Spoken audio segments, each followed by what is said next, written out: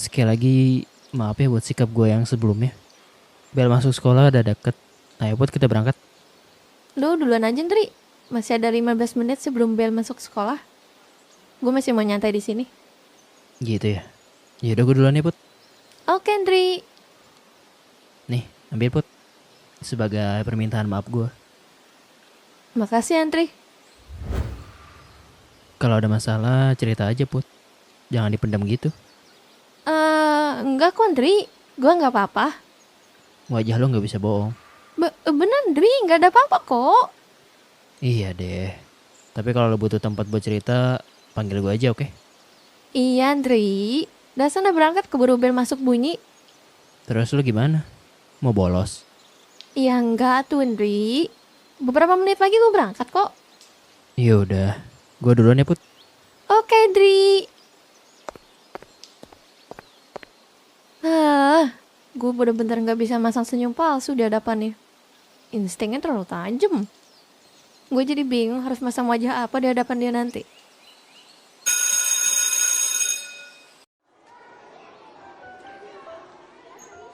Andri, kita ke kan. Aduh, woi Hana, ngapa lu tiba-tiba ngedorong gua? Lu nggak gua antri. Minggir lu. Hah? Ada hak apa lu bilang gitu? Nia, dengerin omongan Hana. Lagian gak ada capek-capeknya lo ya ganggu gue mulu. Tapi Dri, Gak ada tapi-tapi. Gue gak bisa kontrol perlakuan Hana ke lo. Jadi menjauhlah dari gue sebelum Hana yang bertindak. Lu belum pernah rasain tinju gorila kan? Jadi, jangan macam-macam lagi. Sebelum tangan gua melayang ke muka lu. Berarti lo gorila dong Hana. Ya nggak gitu, kocak. Oh iya, lo mau ke kantin bareng gak? Kali ini nggak dulu, Ndri. Putri ngajakin gua makan bareng. Oke, gue juga mau ngumpul sama teman-teman gue. kok gini sih? Apa yang terjadi sampai mereka kayak gini? Yo, Randy. Weh, Andri. Wis, muka lo jadi segeran gitu ya. Habis makan apa lo sampai seger lagi? Makan kecubung.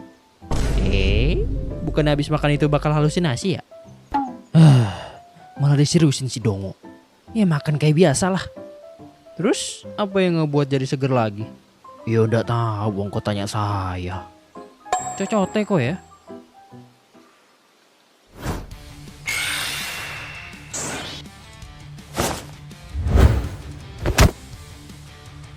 Kampret. Telat sedetik bisa kena tendangannya nih. Kevin. Dia udah bisa kendaliin hawa keberadaannya yang tipis itu. Insting bahaya gue bener-bener penyelamat. Seperti biasa sulit untuk diserang. Lu gak punya titik buta apa, Tri? Lupakan tentang itu. Apa maksud lu tiba-tiba nyerang gue? Gak ada. Gue cuman kesel lihat lu kembali ke diri lu yang dulu. Apa yang terjadi, ha? Apa yang lu sembunyiin dari kami? Weh, ada apaan nih, weh? Ngapa jadi drama gini? Iya sih gue belum cerita sepenuhnya sama kalian. Kalian masih inget kan sama kasus gue yang dulu? Iya, inget. Nah, orangnya pindah ke sekolah ini. Hah? Maksud lu para pengkhianat itu ada di sini? Bukan yang cowok, tapi cewek. Cewek?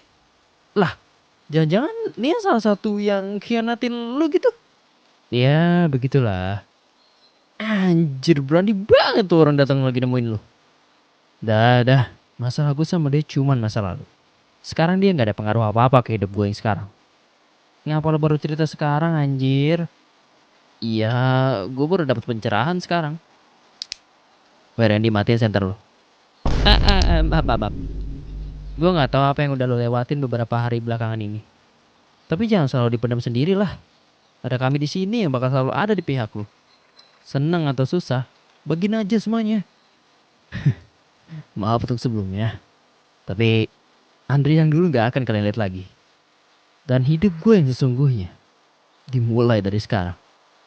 Ini baru kawan gua. Gak ada yang perlu lu tahan dan lu tutupin lagi sekarang, oke? Kalau gua gak nahan diri, ranking pertama lu bisa gua rebut, Vin. Oh, sombong sekarang lu ya.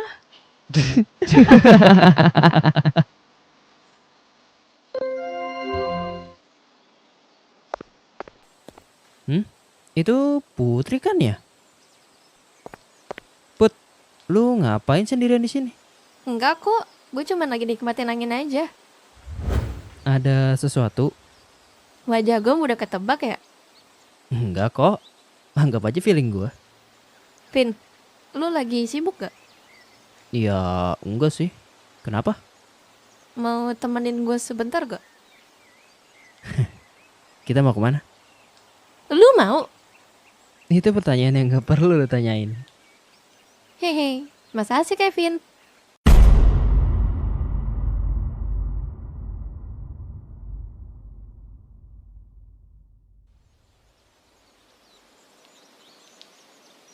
Dari awal gue udah curiga sama nih kota. Pas pertama kali kemari aja gue udah langsung disuguhin sama preman yang lagi malah pedagang. Sebenarnya apa yang terjadi sih sama nih wilayah? Polisi di sini nggak ada gunanya apa ya? Gimana bisa para preman bisa seenaknya sama warga di sini? Gue juga ngerasa kalau warga di sini nih dikit banget. Apa gara-gara ulah para preman ya? Jadi warganya pada pindah. Ren, lu udah berapa lama di kota ini? Dari kecil gue udah di sini. Dulu keadaan di wilayah ini sesepi ini kah? Enggak, dulu jauh lebih rame. Terus kok bisa sampai sesepi ini? Oh iya, lu pendatang ya, Dri? Iya, gue kemari atas saran ayah gue. Gue ada cerita yang gue dengar dari warga yang udah lama tinggal di sini. Dulu tempat ini tentram banget. Nggak ada preman yang berani ngusik nih wilayah. Bisa dibilang dulu tempat teraman di antara kota-kota lain. Aman bukan karena polisinya atau pihak keamanan negara apapun, tapi dari satu kelompok yang berisi anak-anak muda. Mereka berisi orang-orang yang sanggup untuk melawan kriminal yang ada di wilayah ini. Tapi semenjak pemimpin pertama mereka mengundurkan diri dan orang-orang kuat di dalamnya juga melakukan hal yang sama, kelompok itu perlahan kehilangan harga dirinya. Setelah pergantian pemimpin, kelompok yang awalnya melindungi justru sekarang malah merusak. Dan mirisnya, gua salah satu dari mereka. Gua bagian dari kelompok yang udah kehilangan jati diri. Nama kelompoknya Shadowzy. Kalau bukan karena disadarin sama lu, mungkin gue sekarang masih jadi bagian para bajingan itu. Semenjak Shadowzy kehilangan harga dirinya, kota ini kembali dipenuhin sama para preman.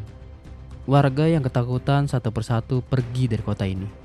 Dan ya, seperti yang lu lihat sekarang, kota ini jadi sepi banget. Terutama wilayah Z. Di sini perkumpulan preman lebih banyak daripada wilayah lain. Terus pihak keamanan negara di wilayah ini diam aja gitu. Mereka nggak akan bergerak sebelum ada uang yang masuk ke dompetnya. Cih, sekumpulan orang tak berguna. Dulu ayah hidup di kota ini. Dia nggak cerita lengkap tentang kehidupannya di sini.